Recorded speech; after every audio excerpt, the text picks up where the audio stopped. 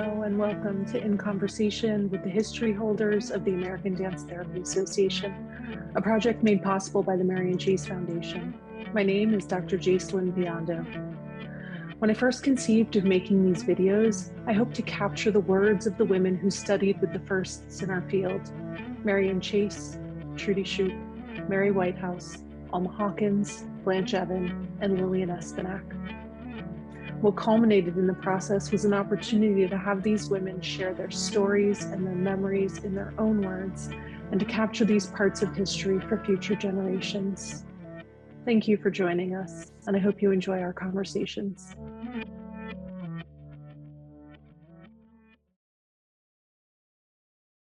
So today I am really excited to be joined both by Dr. Carlotta Willis and Stephanie Lerner. Welcome to our conversation today. I'm so delighted to have both of you. Thank you for being here. For the beginning of the interview, I would love for you both, and it'll be a conversation, so we'll kind of bounce between the two of you as you feel comfortable. So whoever would like to start, and then we'll just make it a true conversation between the three of us. Can you share a little about with whom and where you first began studying dance therapy? I think Stephanie and I figured out it was 1973, so it's quite a while ago. And I hadn't really ever heard of dance therapy. But I was in England and trying to explore career possibilities in England. And Marian North did some work with folks with developmental disabilities using dance and movement. And it was through that exploration and that idea that I found out, I don't remember exactly how, but I somehow found out about Liljian Espenak's program, and thought that if I did that program, then potentially I could work in England. That's how I found Liljian Espenak. And at the same time, I had a dear friend at university who told me I should also study with Irmgard Bartenieff. So I studied both with Liljian Espenak and Irmgard Bartenieff in that year. I have a different route, also via a foreign country, to dance therapy. I had been living and working in India for 5 years. And during that time of working there, I had fallen passionately in love with an Indian classical dance, Odissi dance. I became very devoted to it in all my free time, and actually that led me to give solo performances. And when I came back to the States, kind of reorienting, because I was very much imbued with this ritual, traditional dance form, I got a job in a totally different field, the field of film in California, but I also gave many performances to keep up the Indian dance art. And I had many, many requests to teach it. And when I began to teach it at a ballet studio in Berkeley, I realized the students who came to me were not dancers. For the most part, they were just people who were interested in whatever it was they felt watching this ritual dance. And I very quickly caught on that I couldn't teach them the form that I had studied. It didn't fit with what they wanted. And I just kind of,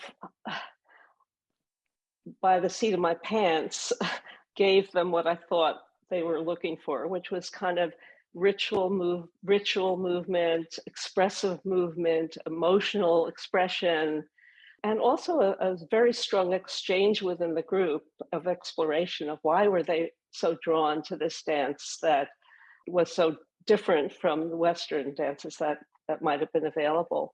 So I too went, like Carlotta, kind of looking for what was this that I love doing, but I don't know what the heck I'm doing. Then I returned to New York, where I had grown up, and went to discover that my very first ballet teacher was still teaching in New York. And I went to her and I said, "What can I do?" And she said, "Well, I heard of a program at Flower Fifth Hospital given by Liljian Espenak." And I also, like Carlotta, had never heard of this as a profession, but it seemed to fit exactly with what I was moving into. Yeah, and I also wanted to say that I was I was a dance and theater major at Northwestern. So I was in that theater and expressive creative arts world, but wasn't really looking to make performance a career for me. So I was looking for something that fit in a different way. And sounds like we're moving into my second question, and you've started to answer it, but perhaps both of you can elaborate a little bit on what specifically it was about dance therapy that drew you once you understood what the practice was. Like, what made that transition where, Carlotta, you're saying you really didn't want to do the performance aspect, and the teaching, Stephanie, wasn't quite fitting. So what about dance therapy drew you in towards that direction? It's interesting. I think probably Stephanie and I come at it from different perspectives. In that I was really interested in the creativity aspect of it, and being able to use what I knew as a sort of largely improvisationally created theater person at that point, sort of street theater, what have you. It was the 70s after all. And, and improvisational dance, also a creative dance. So it was really being able to use that. And then with the idea of having some kind of work that would be helpful for people, but that used the creative arts. So that was really where I came from. And then, as we move through later, we'll talk about it. Also, just the way Lillian approached it was very congruent with me. So, well, for me, you're right. It was a very different approach and draw. I was so still trying to find my way from this identification with all that could be expressed through ritual dance. And I had always been very, very interested in my post-college career, another one. I was working with people with developmental disabilities and emotional disabilities and challenges. And so I was always very, very interested in psychology. For me, the fit was someone who worked with spirit, body, mind. And I must admit, though, that in choosing the program, I didn't do investigation of what else could I do. It was just like, whoa, this sounds exactly what I need. So it's more like falling into something that was there and then discovering when I was there that it really matched what I had been longing for, that there was a system that I could build skills, that I could be more intentional and aware in if I found a way to continue this work. I think that's another question. I don't know if we'll come to it later, that it wasn't, in my mind, and in fact, in actuality, it wasn't really a known profession.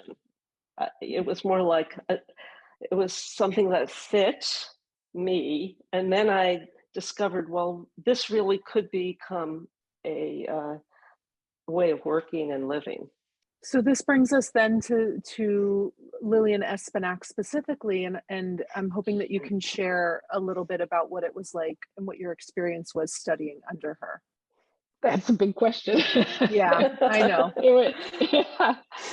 Yeah. I mean, she and Irmgard Bartenieff also were these extremely strong European immigrant women who were very forceful personalities. And Lillian was a very forceful personality. She was brilliant in her own way, as was Irmgard, of course, but she was really very forward thinking. But she used her personality very strongly, I think, to work with us, because we worked in a group.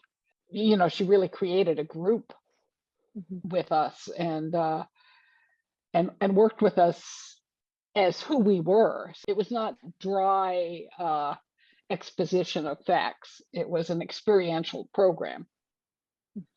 Maybe it helps to give a context of what was expected of us. And I happen to have the program here and what was required.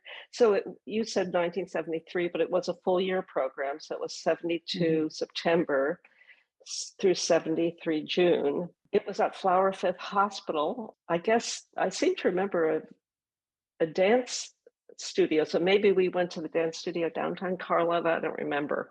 That was her dance studio. Oh, her dance that was studio. Lillian's studio. And then we'd go up to Flower Fifth Hospital on 110th Street for kind of a practicum with people who went to the Developmental Disabilities Clinic.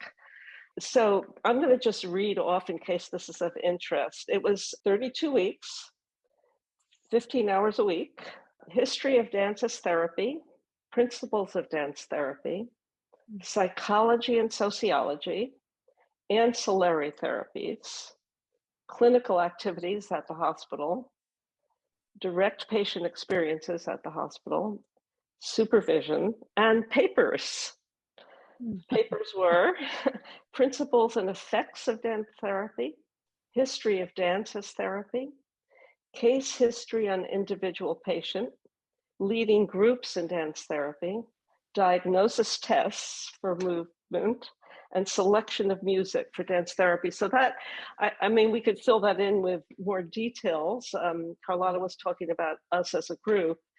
That was very important. But you can see in just reviewing what the program was that there were a lot of approaches: psychology, sociology, history, music, case presentations, and diagnosis and testing. So Carlotta, why don't you go into anything you felt was important? Well, that's interesting. That's very similar to her book, the outline of her book, which is a wonderful resource, I think, and it shows how systematic she was about this, which, I mean, I'm not sure if any of the other foundational dance therapists were at that stage. They had some, I think at Turtle Bay, there was a program there. I don't know if Mary Whitehouse was doing a program or what else was happening at that time, but I'm not sure if any of them were so systematized as she was. She really she developed this approach. And I mean, I'm sure we'll talk about it later as well, her movement diagnostic tests, which I think were way ahead of where other people were. They're not necessarily something that we might want to use now, but they were a start, really creating a profession and a discipline. And the way that she integrated all the other aspects was important. Go ahead. I think that what Carlotta said before I read this is very important characterization of the experience of working with Lillian, was that by doing the exercises with us, what was our group size, Carlotta? Maybe 12? 12 at most. 12 at most. We were a small group.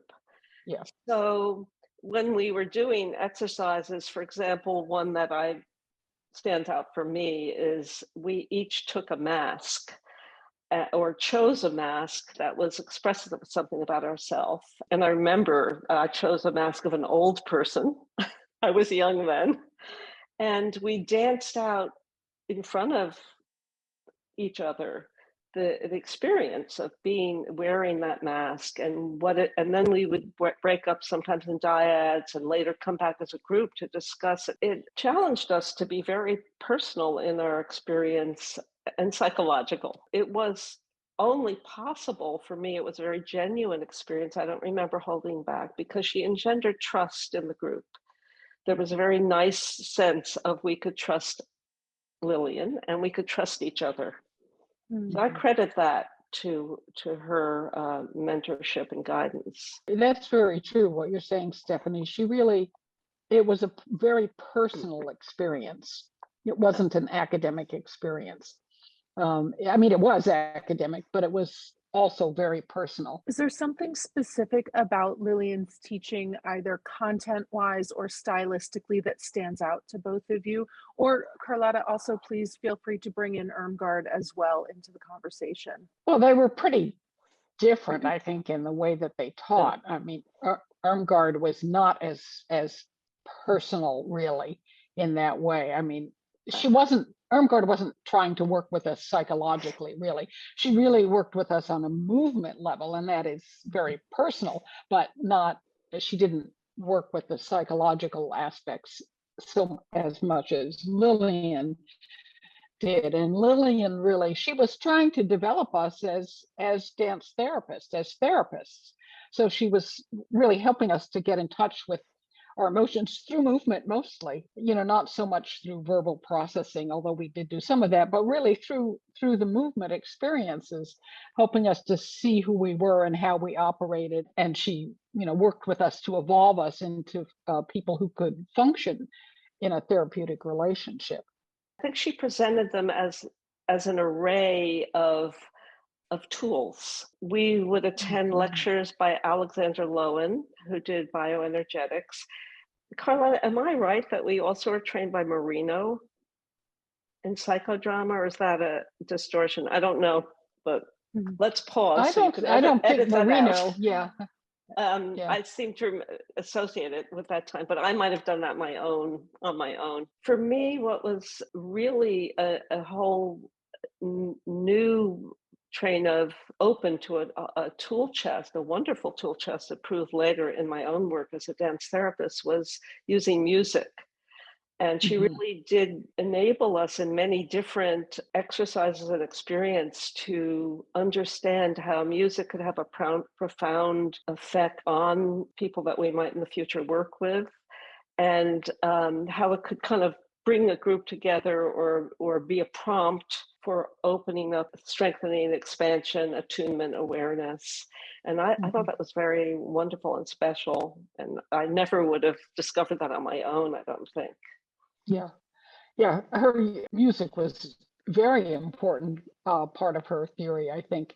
And also I was just thinking about the comparison with her and Irmgard. So Irmgard, yes, was working with us in terms of our physical nature and how we, say, moved through the icosahedron and how we could create these various, efforts and shapes and all of that. And Lillian she had her whole movement diagnostic tests, but there was that physical restructuring aspect of it, which is intended to be used with our clients. And she was using it with us. Don't you remember all those hours at her bar that she had there doing that? Oh, yeah. The sacrum circle. The sacrum circle. Or right. Whatever it's called.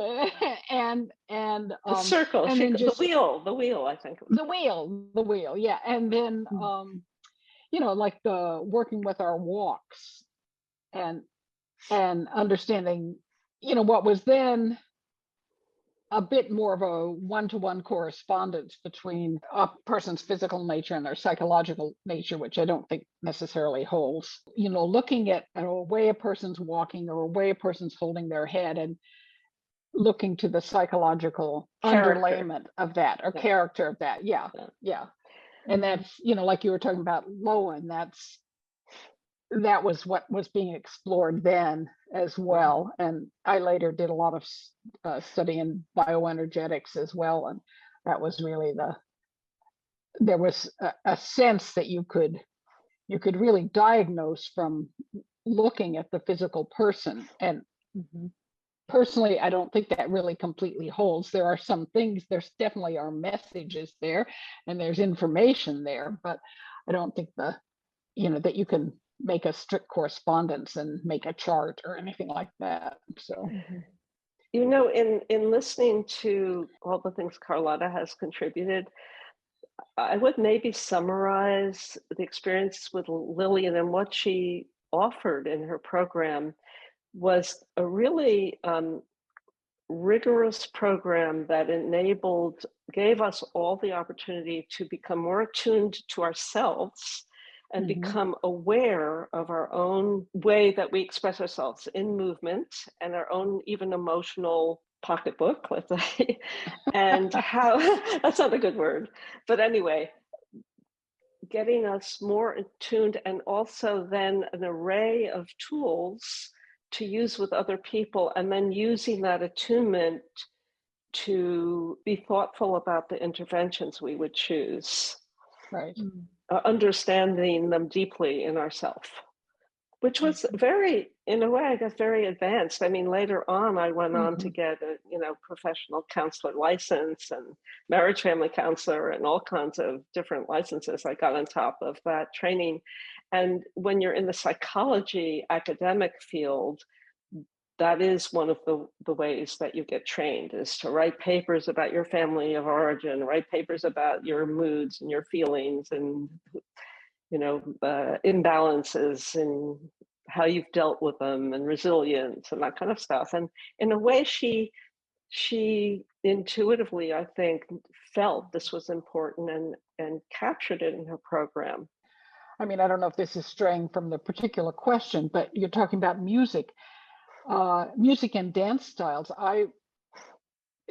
She was way ahead of her time in multicultural approaches. She told us, go take dance classes everywhere. So I studied up with Olatunji, I think, African dance. I studied Indian dance. I can't remember what all. We went to the 92nd Street Y folk dancing. We did everything. Everything, ballet, modern, everything. And she really encouraged that. Plus the use of a wide variety of music. She was very steeped in European classical music, but she brought in other kinds of music as well, and other kinds of dance. And so it was really very forward thinking. And for me, I really took a lot out of that aspect. Do you want to speak a little bit more to how taking all of those different styles of dance informed you as a dance therapist?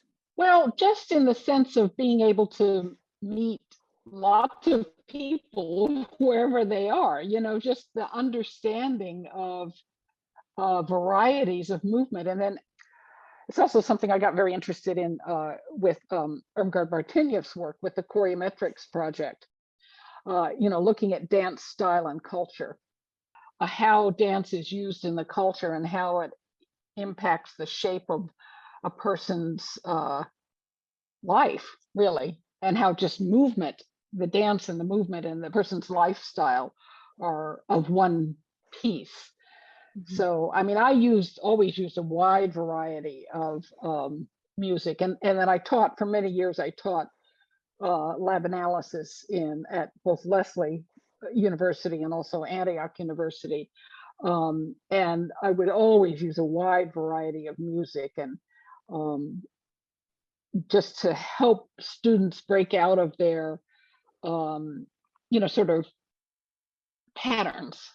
Stephanie, did you want to say anything about that? Or I think the multicultural aspect of her program turned out to provide a really good base for me in the first job I had as a dance therapist, because I ended up working in the Netherlands, and I worked with a large group of young adults, and they were mostly multicultural group: Turks, Moroccans, Surinamers, Dutch, and Indians from Asia.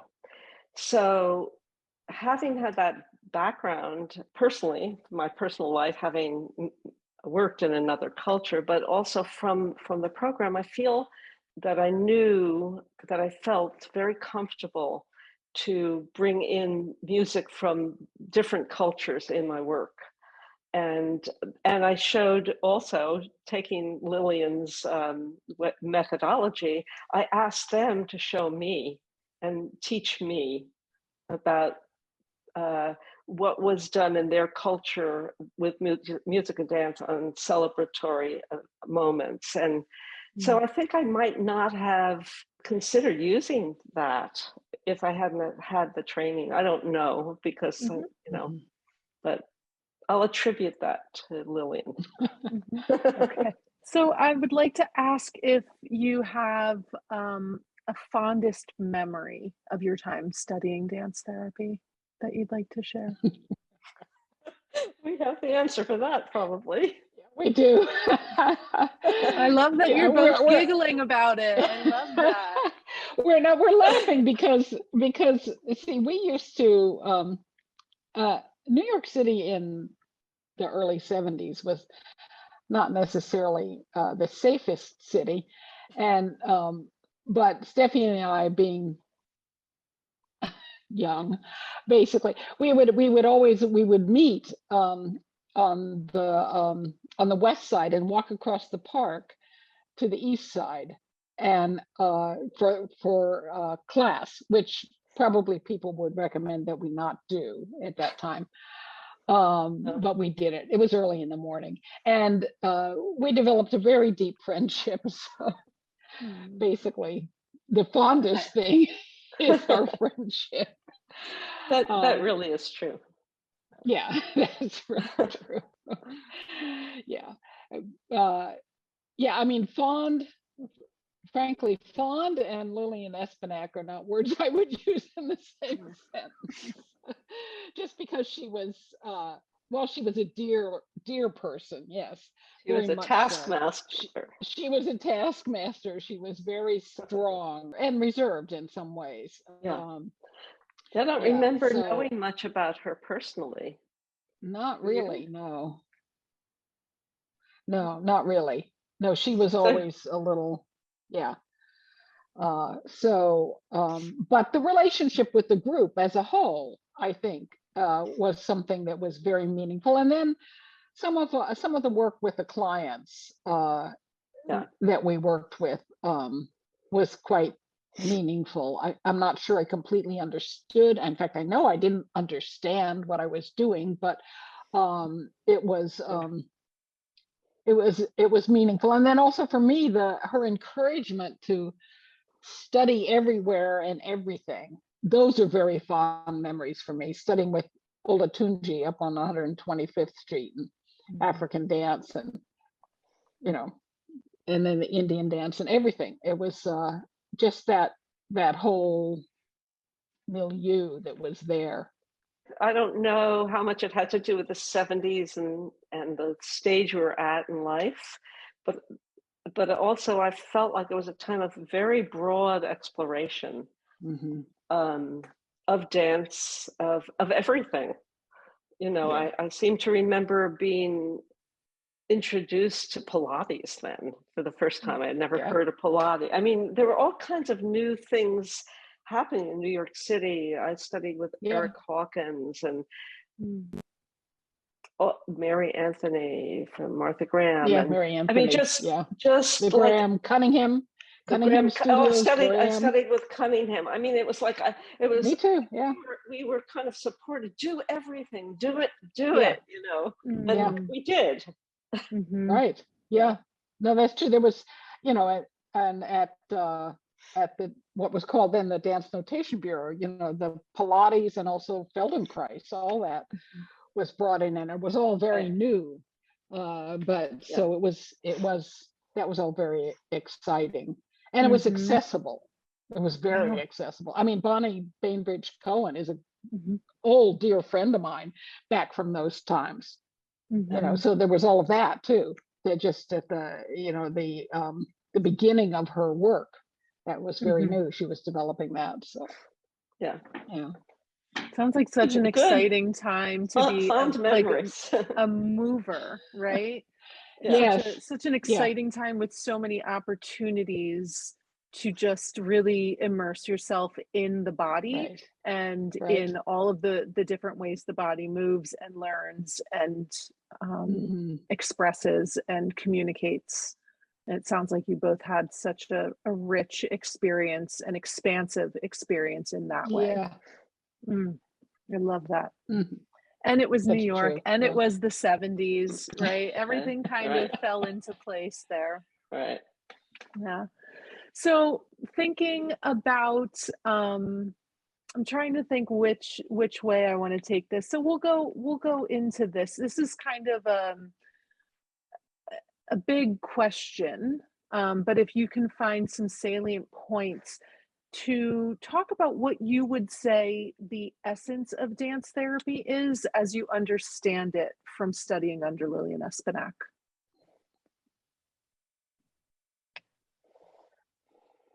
And I see the wheels turning in both of your minds, right? Because Well, I do. I'll do a quick, the first thing that comes to my mind is attunement.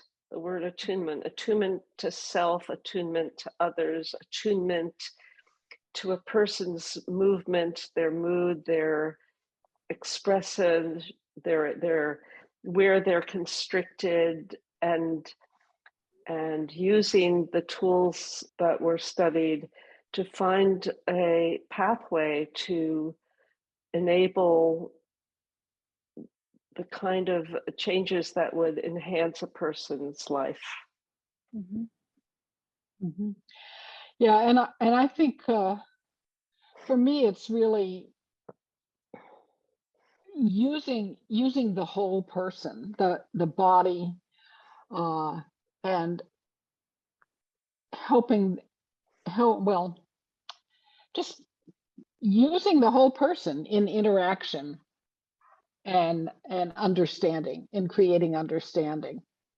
I don't know if that explains it exactly, but that, if you're talking essence, that to me is the essence, that you're not only using the body, you're not only using the spirit, you're not only using the mind, but you're using the whole package as the person and you and the group or whoever interacts, that you're bringing your whole self to it. I don't know if that explains it or not. It's kind of a tricky question, I think. It's difficult to really create, understand the nugget that's there, the kernel that's there.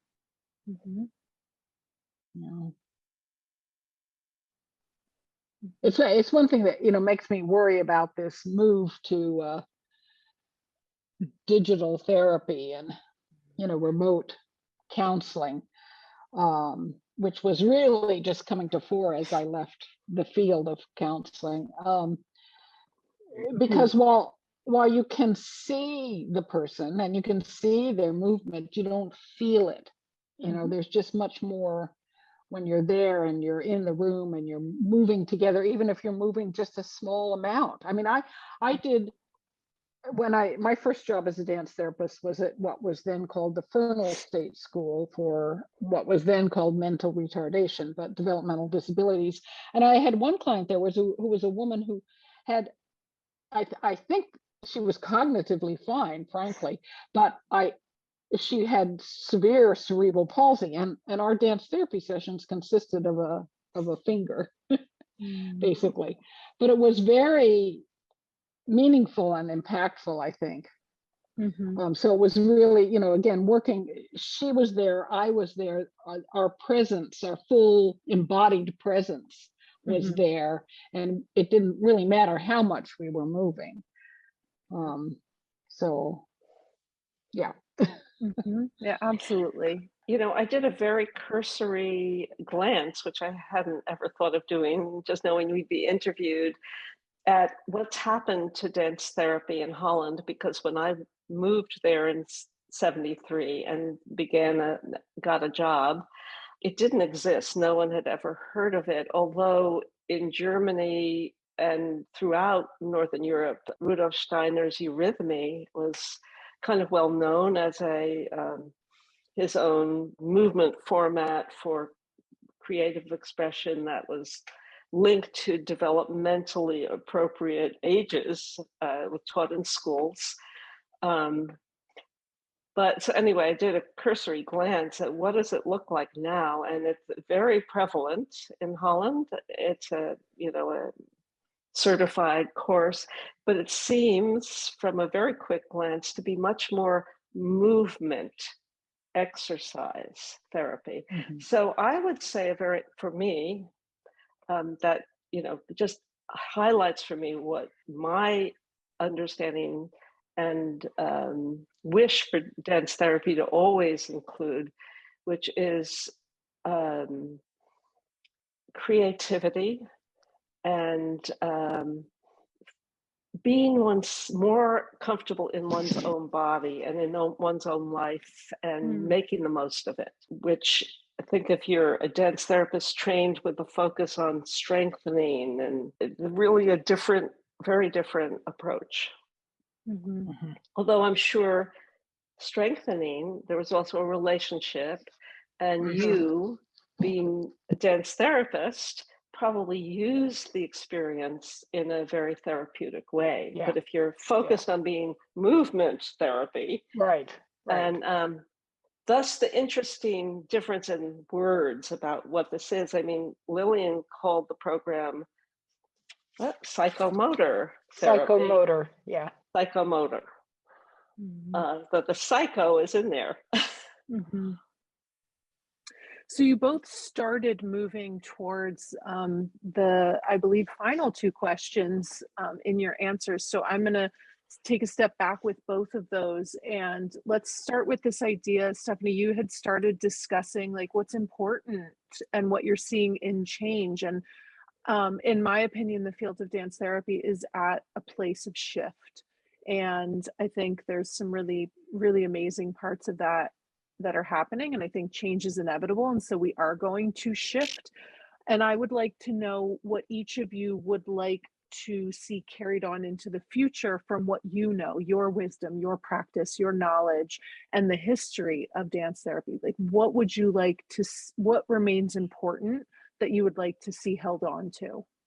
What I discovered in my work subsequent to being a dance therapist as a therapist was the desire on the part of therapists to have a better understanding of how to use and offer movement experiences to clients who weren't sleeping well or depressed, and they would turn to me as a referral source. And so what I began to do was offer body, mind, movement workshops that were very well attended. And that would be my biggest, one of my hopes would be that it would become, dance therapy would become an integral part of psychology training, because I think that it's a large field of people who really want to do the best for a wide range of clients they work with. And it's such a wonderful tool that at least there's an awareness of the tools in the dance therapy repertoire would be very helpful for making good and useful referrals. I think that's very important to note. So I'm glad that you did note that. Yeah. All right. So my final formal question, and this harkens back to Carlotta when you were sharing about the client that you worked with that had minimal movement that would be not quite captured by a telehealth, but certainly profound in person, right? Yeah. And so I'm hoping that you have a particular client or patient experience that was very meaningful to you that you'd like to share a little bit about. It's a difficult question to answer. You know, when I think about my direct use of Lillian's work, that was really when I worked at the Fernald State School, which is what it was called then, because it was directly the population that she trained us to work with. You know, the Adlerian approach, which she was very much steeped in, also works with, you know, helping the individual create ego strength and sense of self, and then to move out into working with others in groups. So I did that at the Fernald State School, where I would work with the individuals alone and in small groups and also in large groups. And had these great, so we called them social dances, but we would do some dance therapy work, and then we would just put music on and let people dance, because it was a lot of the clients that I worked with, it was actually mostly a large building of adult women with Down syndrome, and they were very infantilized. So it was really a wonderful time to help them be regular women, and not just dressed in little girl clothes and, treating them like they're 5-year-olds. That was all, it was all very meaningful, that work with those women. And it was a direct application of Lillian's techniques. I remember working at the developmental disabilities clinic at Flower Fifth with a mother and child. And what I remember about it is there was a lot of tension. The girl had limited expressive ability, and the mother was quite negative, and even there was kind of shame in my memory. What I remember was working with them as a dyad, doing movement, and with the goal of generating more awareness and kindness and harmony between them. And also, what I remember is that the mother began to realize that the daughter was very expressive physically, and had not been aware of that before. I can give us a better example in my later work, but I think the work with Lillian was the direction of your question. You can share the other one if you'd like. Okay, so an example of work I did using some of Lillian's group work as a group dynamic. I was working at a clinic where there was quite a bit of tension and even some hostility between these groups of young male adults who came from very different backgrounds, both culturally and also religious backgrounds. And it was very important in this vocational workplace where I met them that there was much better harmony and support for each other. So I worked over a period of several weeks with this group as a group. And I remember adapting the West Side Story music and theme of two groups that were hostile. And then by switching the groups and switching the movement prompts, they began to reorganize themselves. And then we'd do conversations about what it was like to have different sort of teams going on and how they could be more supportive of each other. So I remember that I would have been lost how to approach this challenge given me by the director of the workplace if I hadn't had the experience of Lillian's group work and some of her training using music and themes. Oh, thank you both for sharing those. So I just want to give you both an opportunity to have some space if you would like to share anything that I didn't ask about, or if you wanted to expand upon anything from previously. Well, I was actually just thinking, I was envisioning her studio, and we didn't talk about her use of props. You talked about masks, but we didn't talk about her other use of props. She had, big baskets of scarves and all kinds of things, and musical props and all sorts of stuff. I mean, she was very inventive. I mean, really, she was creating this out of nothing. She just, out of her own ideas and creativity, she developed this approach. I mean, I guess some of it was related to her work with Mary Wigman and, that the whole German expressionist dance movement, which I think is a large influence on dance therapy in general, and modern dance, of course. But really, she just brought in everything. And she did encourage you to be creative and to use what, to dare to try different approaches, basically.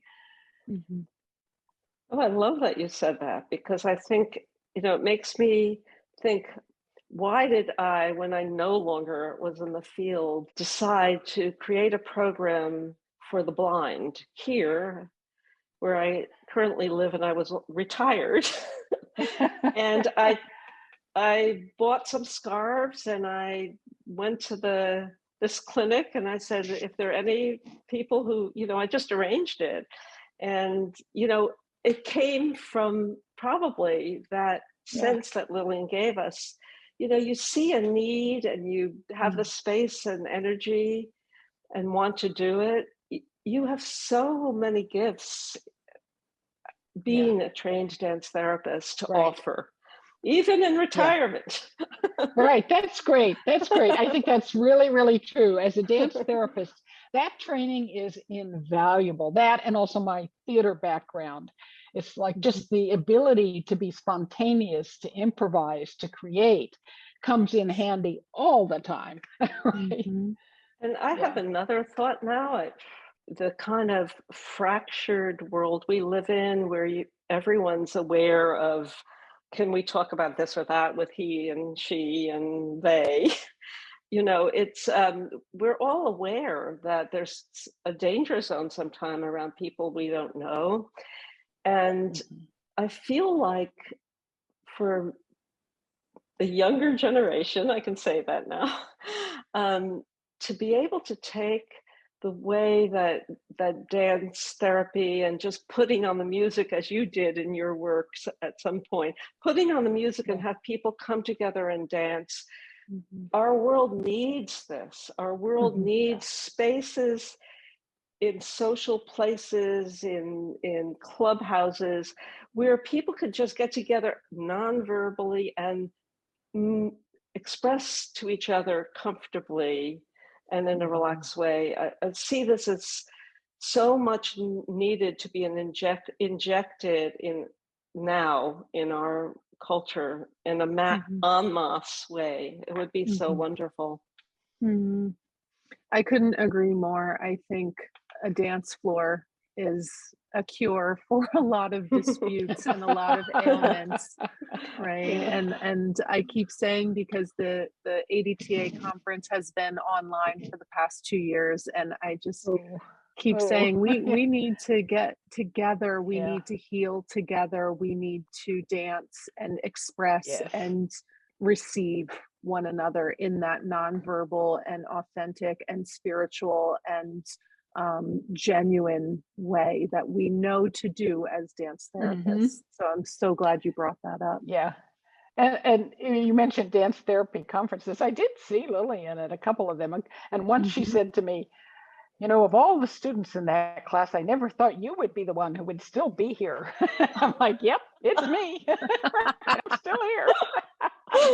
But the dance therapy conferences, when I was actively going to those were the best conferences in the world, I have to say.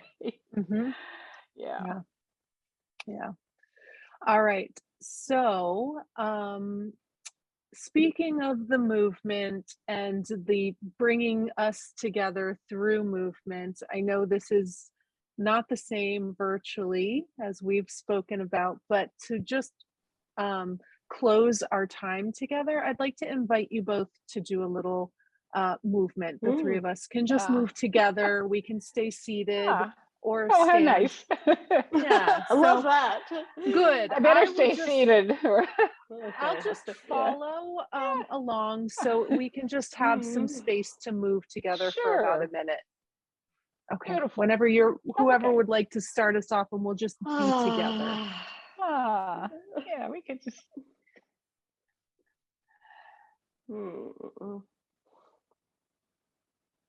Delicious friendship.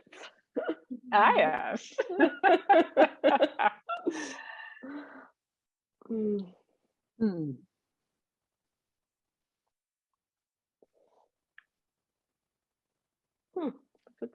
Yeah.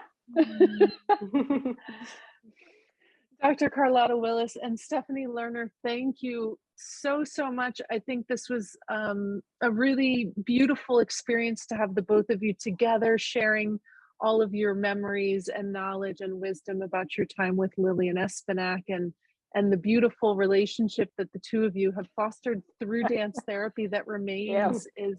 I'm just really honored that you both were able to join me today. So I just want to thank you both so much for being here. Thank you. Thank you. Thank you. It was a treat. Yeah.